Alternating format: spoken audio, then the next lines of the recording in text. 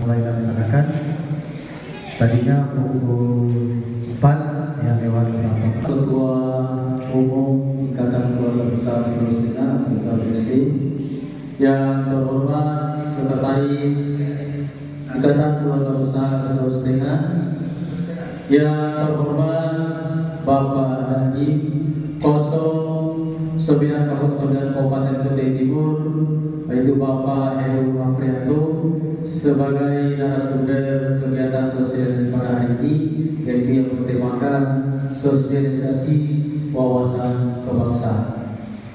Pertama-tama kita panjatkan puji dan syukur kehadiran Allah Subhanahu wa taala atas segala nikmat yang diberikan kepada kita semua sehingga kita bisa hadir di tempat ini, yaitu dalam hal undangan silaturahim sekaligus sosialisasi wawasan kebangsaan. Selamat sore dan selamat sejahtera kita semuanya. Yang kami hormati Ketua Ikatan Keluarga Besar Sulawesi Tengah Kabupaten Kutai Timur, Bapak Abdul Sabu.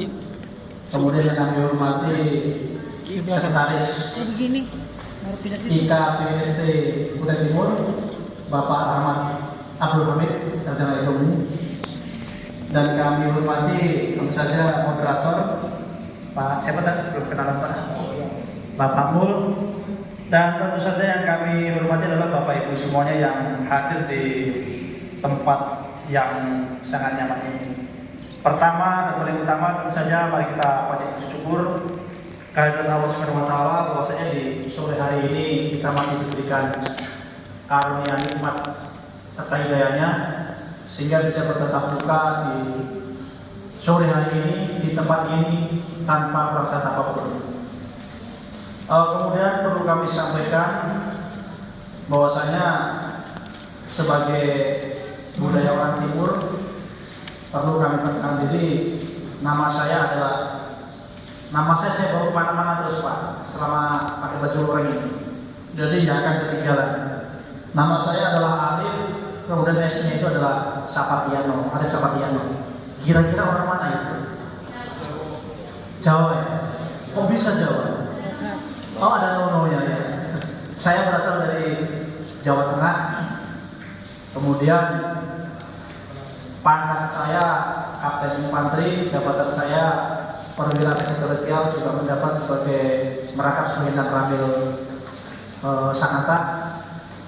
Kemudian yang kedua kami permohonan maaf dari Bapak Dandim yang tadi Pak Mul sudah moderator selalu menyampaikan kepada Pak Dandim, padahal Pak Dandim bukan saya. Maka beliau menyebut Pak Dandim 3 kali itu saya amin terus. Mudah-mudahan dijabah. Ya. Permohonan maaf, beliau berhalangan tidak bisa hadir karena memang ada agenda yang bersamaan waktunya. Tadi sebelum ke sini juga kami sama-sama ada 2 sesi agenda sama beliau.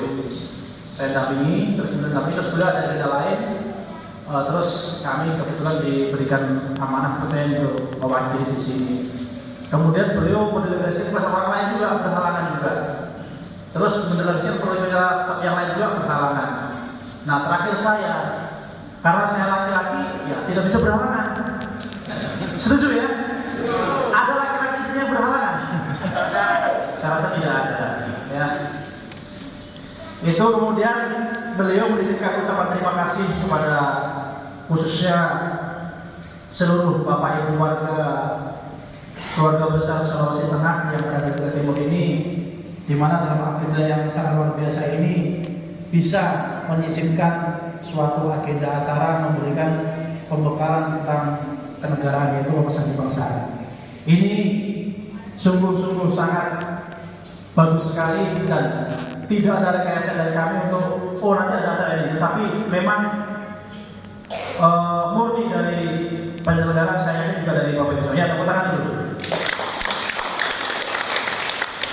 Langsung saja mungkin kami sampaikan bahwasanya Di sini saya berbicara ada agenda pembekalan masalah bela negara, masalah kebangsaan.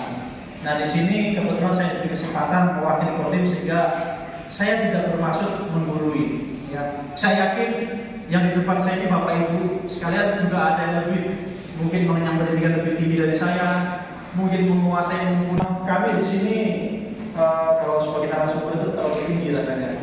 Ya, sedikit bercerita mengupas tentang wawasan kebangsaan. Ini memang berbagai macam sudut pandang, ada semacam pemahaman kebangsaan.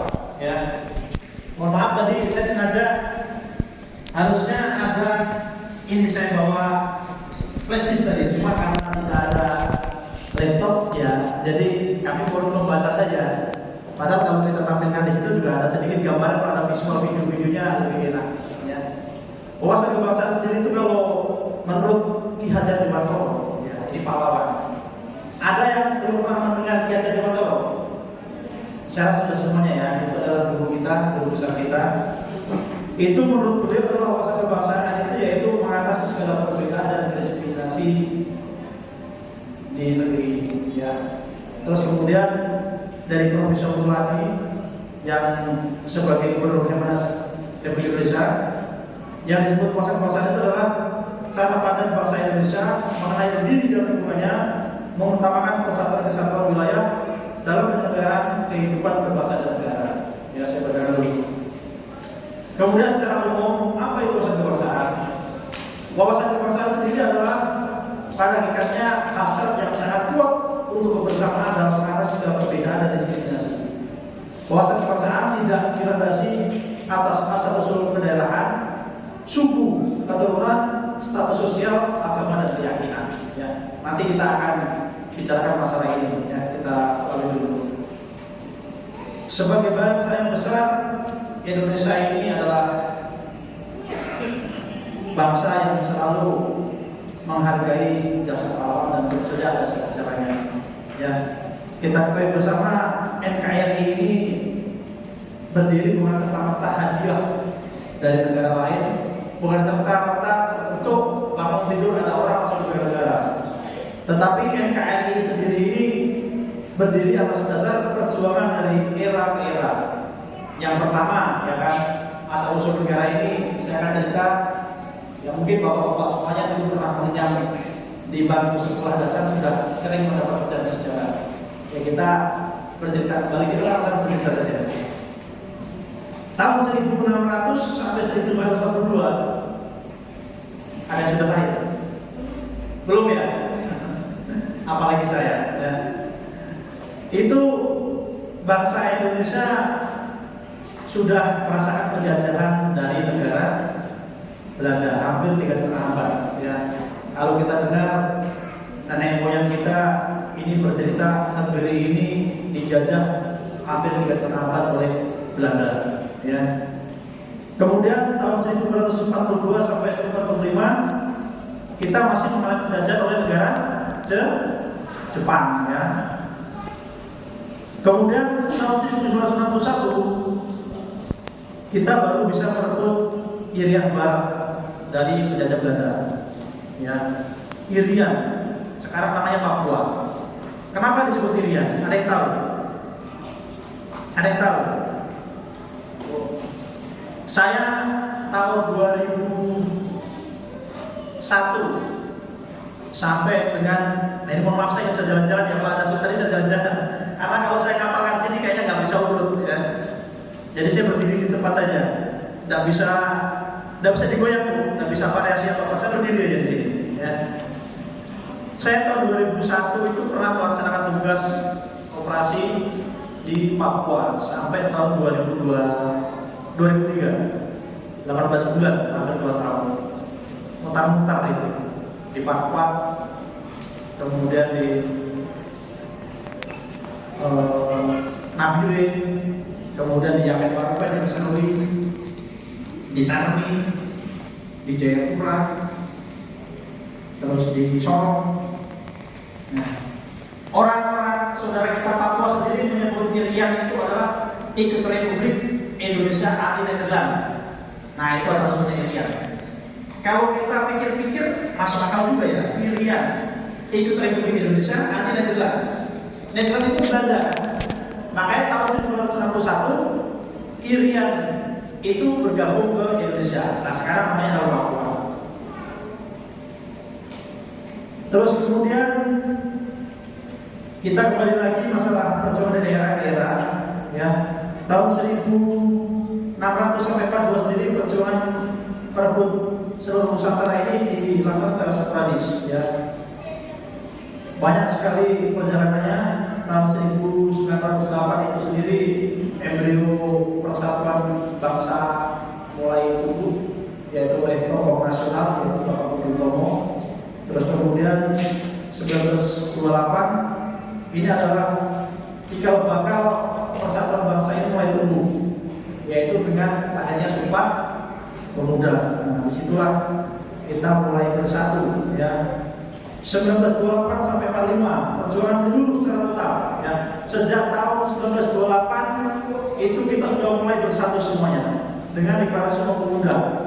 Kita selama menyeluruh yang tergabung dalam Pulau Nusantara saat itu sudah ikut bersama-sama melawan penjajah Belanda di mana-mana, di Maluku, di Sumatera, di Jawa, di Pulau Timur, di Sulawesi, semuanya. Makanya pahlawan nasional di mana-mana itu ada di seluruh Indonesia.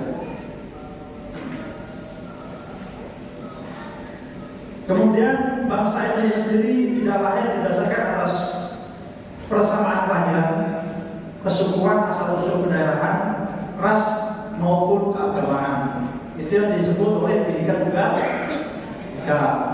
Ya. Bangsa Indonesia sendiri bermacam-macam suku bangsa. Yang satu di antaranya adalah suku Sulawesi Tengah. Sulawesi Tengah sendiri pasti juga bermacam-macam budaya, betul Pak ya? Ada berapa kabupaten kota di sana?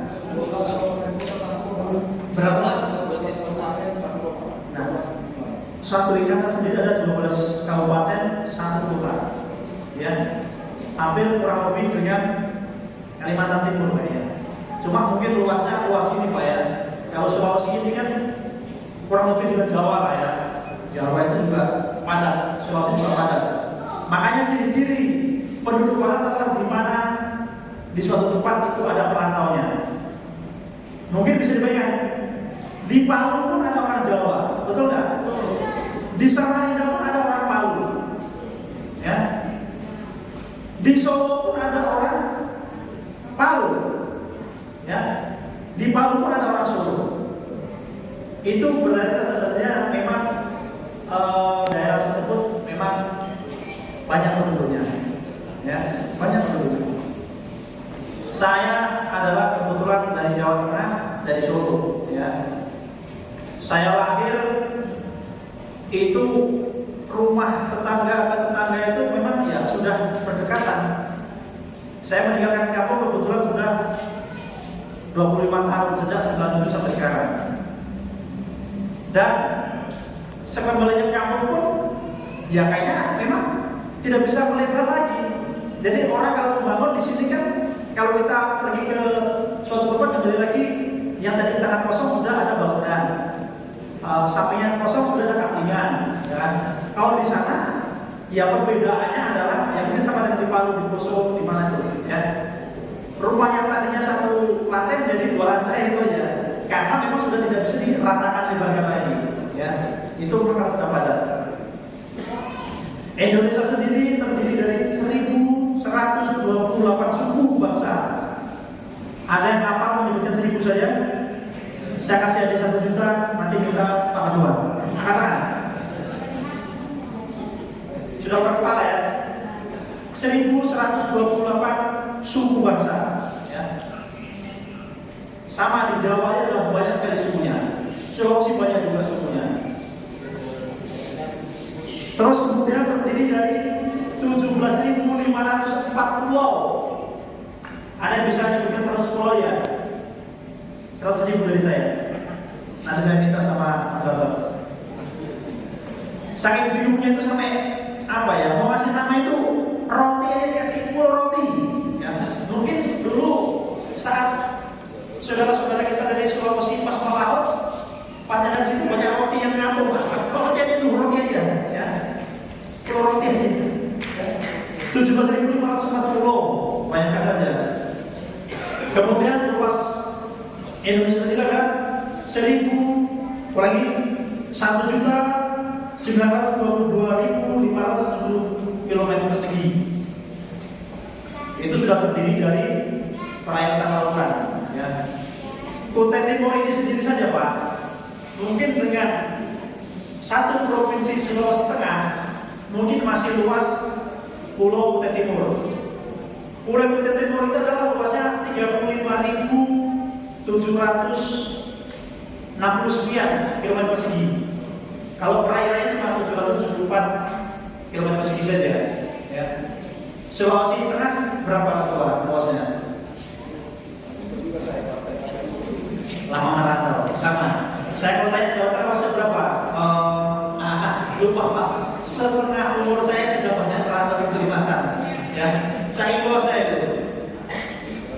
Nah, dengan kondisi seperti itu, banyak suku bangsa, terus kemudian banyaknya kepulauan yang terbentang dari Sabang sampai Merauke, ya, itu kita harus memahami kondisi bangsa saat ini, ya. Pancasila, ya, memang ada beberapa mungkin bapak-bapak ibu di TV pernah mendengar Pancasila yang akan berubah, ya kan? Berarti Pancasila sudah dilakukan lagi.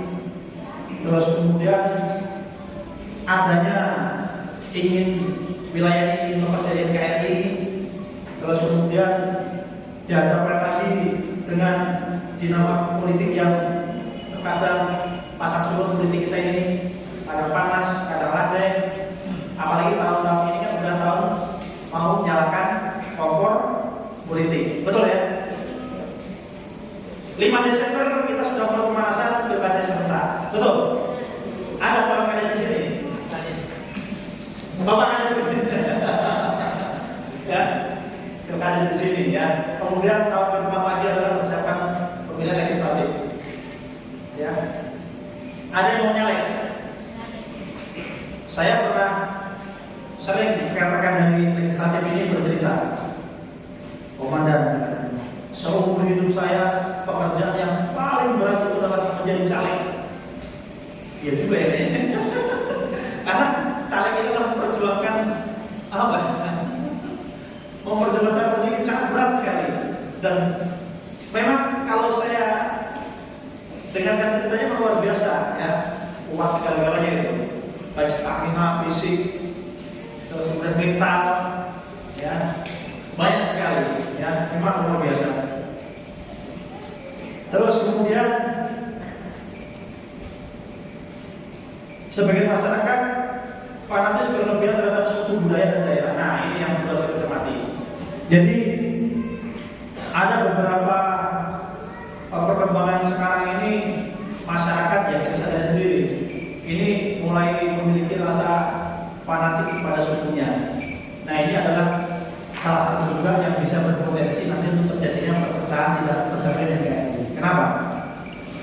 Karena kalau masing-masing kelompok itu sudah hanya mementingkan, khususnya adalah kelompoknya, sukunya, budayanya, kemudian agamanya.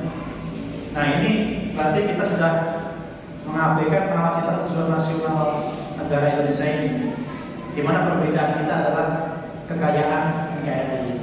Ya. Yang harus diwaspadai adalah selalu mengatakan aku dan bukan kita, ya. Karena kalau kita ini adalah luas artinya, tapi kalau sudah aku, ini adalah egois. Dari mulai dari individu bisa menyebar ke permasalahan kelompok, ya. Banyak sekali, apalagi dihadapkan dengan semua memiliki ini. Ini adalah kalau kita bijak menggunakan sangat membantu kita, baik segi apapun. Finansial bisa kita menggunakan untuk usaha online, ya kan? Baik itu ibu-ibu menjajakan kulinernya, pakaian, makanan, terus kemudian juga ada bapak-bapak jasa antar Evo. Tetapi ada juga kadang-kadang yang dari informasi-informasi yang tidak benar kadang-kadang langsung di-share. Ya. Ini kadang-kadang mengalahkan guru, mengalahkan akademis.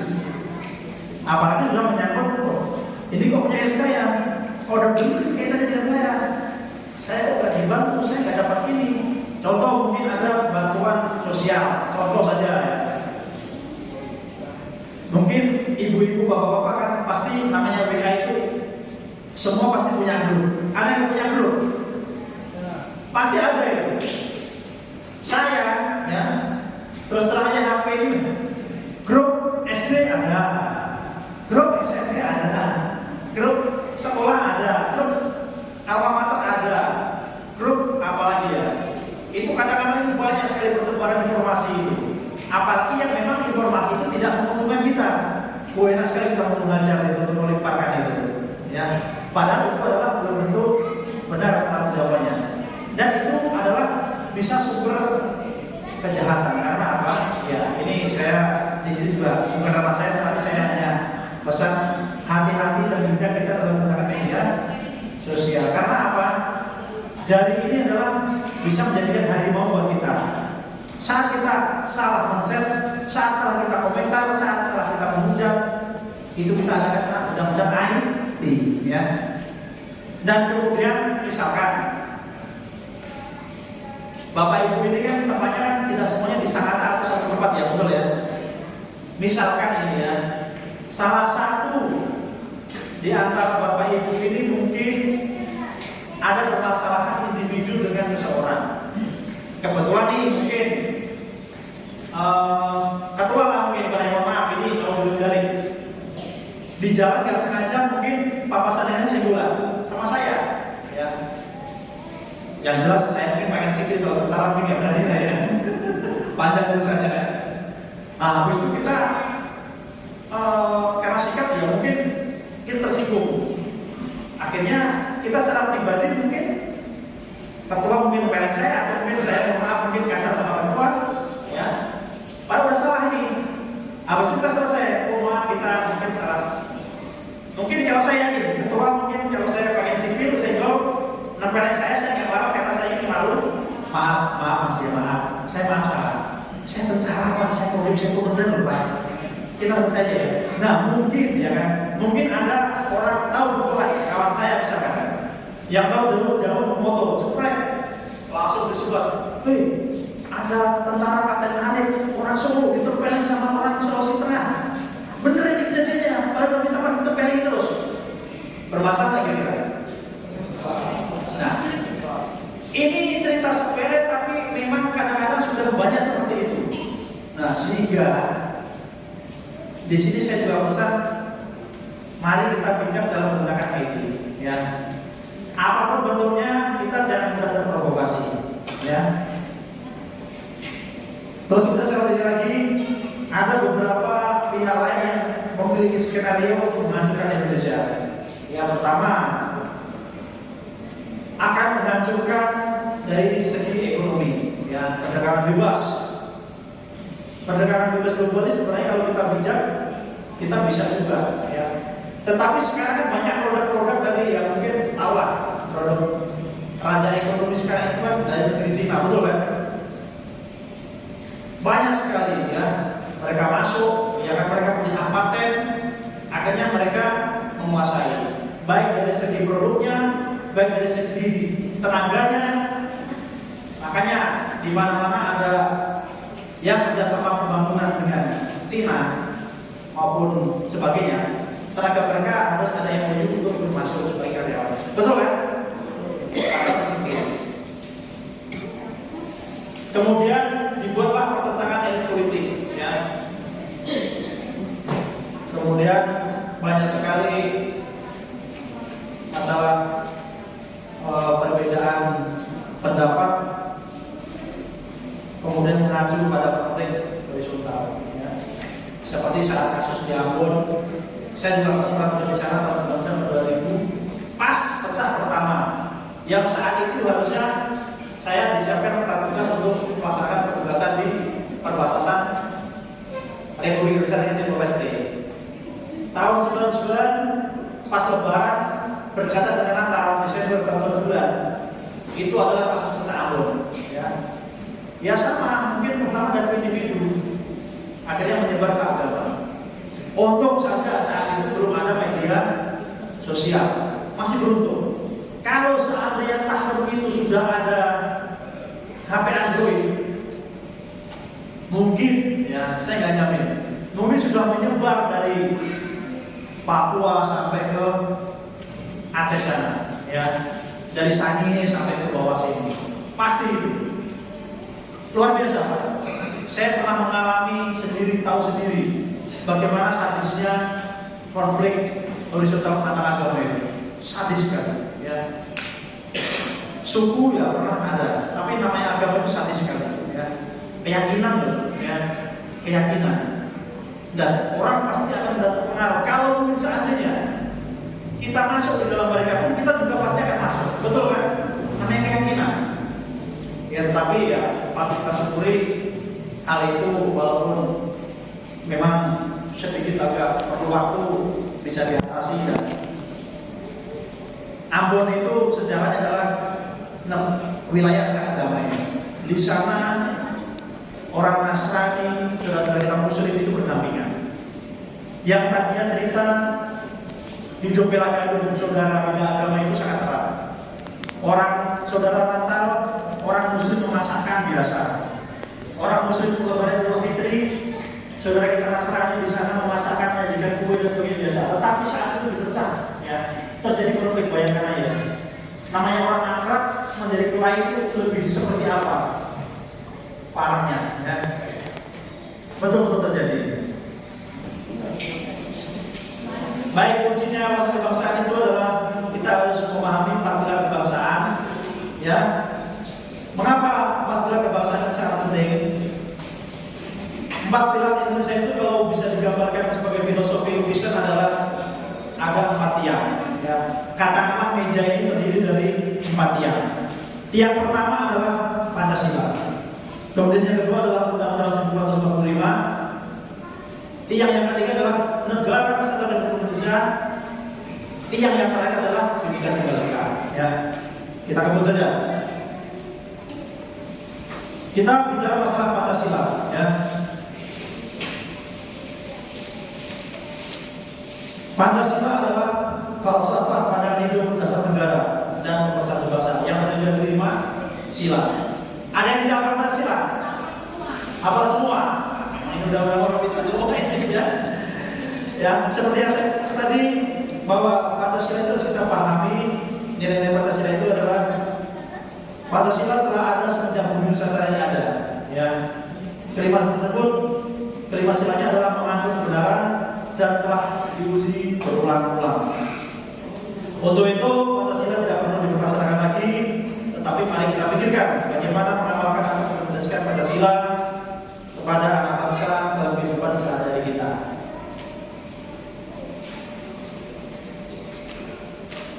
Nah, kemudian mengapa kita harus perlu memahami Undang-Undang 45? Karena Undang-Undang 45 itu sendiri adalah bisa membangun warga negara yang taat hukum, karena semua hukum itu ada dasarnya dari Undang-Undang pasal-pasal itu sendiri. Kemudian juga itu pengontrol negara dan pemerintah. Kemudian Undang-Undang sendiri itu adalah ikut berpartisipasi dalam pasal pembangunan.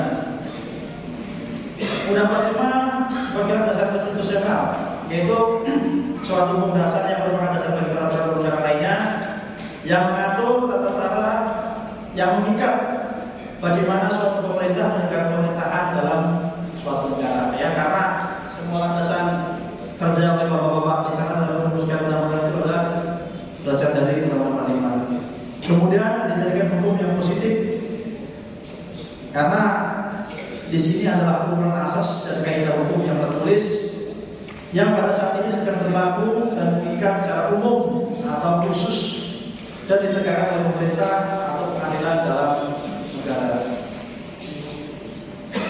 Esensi nilai yang terkait dalam pembuatan 45 sendiri yaitu pertama, negara ini adalah melindungi segenap bangsa dan seluruh tumpah darah Indonesia dengan berdasar atas persatuan dengan mewujudkan keadilan sosial untuk rakyat Indonesia. Kita sebagai warga negara ini adalah kita dilindungi, ya. Kemudian negara hendak mewujudkan keadilan sosial untuk seluruh rakyat Indonesia. Ini adalah esensi dalam pembukaan 45.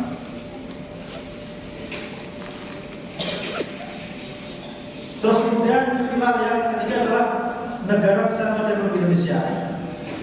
Negara yang sekarang berdiri ini merupakan hasil perjuangan para pahlawan yang rela merupakan jiwa dan raganya demi terbentuknya negara Indonesia. Untuk itu, menjaga kedaulatan dan keutuhan NKRI merupakan tanggung jawab kita bersama sebagai generasi penerus. Tadi di awal pembuka sudah kita buka bersama seperti apa sejarah negara Indonesia ini, ya, mulai tahun 1600 sampai dengan 1445. Kemudian satu dalam satu juga ada yang turun juga masuk ke Indonesia. Sangat panjang, hampir 3,5 abad yang kita dijajah oleh negara lainnya. Kemudian pilar yang terakhir adalah Bhinneka Tunggal Ika. Nah, ini adalah mungkin pernah kita juga namanya Mutakular, ya, Sutasoma, yang berisi wejangan cara mengatasi segala bentuk perbedaan agama antara sebuah atau Hindu dan Buddha waktu itu yang dirasakan sangat rentan terhadap terjadinya konflik pada Majapahit. Saat itu saja itu sudah ada perbedaan ya antara Hindu dan Buddha dan berpotensi adanya konflik. Padahal waktu itu hanya dua agama saja di Nusantara ini. Ya, ada beberapa perbedaan yang mungkin cara beribadahnya atau budaya beda, ya itu sudah ada semacam potensi konflik. Nah, terpecah belahnya itu tetapi satu juga akhirnya, ya, tidak ada rancuan dalam kebenaran. Kemudian esensi dari Bhinneka Tunggal Ika sendiri adalah nilai toleransi, nilai keadilan, nilai gotong royong. Mungkin, ya, itu karena dibatasi waktu oleh moderator, saya tidak membuka pertanyaan, ya. Tapi saya harapkan acara-acara semacam ini juga nantinya bisa berlanjut berkesinambungan, dan apabila Bapak Ibu semuanya kalau misalkan ada waktunya meluangkan waktu, ya silakan kantor kami ada di Koramil, ada di Kodim. Banyak sekali diimplementasikan dalam masalah kebangsaan ini. Intinya yang saya sampaikan awal adalah mengapa kita harus paham masalah kebangsaan. Itu adalah kunci agar tegaknya NKRI ini tetap sampai kapanpun. Bila perlu sampai bumi ini sudah tiada. Ya karena kita intinya di sini pada kesempatan ini adalah terbentuknya ikatan keluarga besar Sulawesi Tengah yang berada di Kutai Timur ini. Walaupun ya ikatan keluarga ini berdiri di sini, kita pahami juga bahwa di Kutai Timur ini adalah bukan hanya ikatan keluarga Sulawesi Tengah saja, tetapi ada ikatan-ikatan dari saudara-saudara yang lain. Di pelaksanaan kesehariannya kita harus selalu berbaur, kita harus selalu bersatu, kita harus selalu menghormati, kita harus selalu menghargai, dan yang terpenting adalah kita saling membutuhkan. Betul ya? Itu saja, pesan saja. Sekali lagi saya ucapkan selamat atas terbentuknya ikatan keluarga besar Sulawesi Tengah di Kutai Timur ini, yang nanti insya Allah nanti malam acaranya akan dilaksanakan di sini juga. Dan dari Kodim kebetulan mohon maaf saya tidak bisa hadir karena juga ada agenda yang sama, tetapi tadi pimpinan juga sudah memutus salah satu perwilanya untuk bisa mewakili di sini, yaitu serta-merta adalah kita Kodim ini adalah bagian juga keluarga besar Sulawesi Tengah di Kabupaten Timur. Terima kasih. Wassalamualaikum.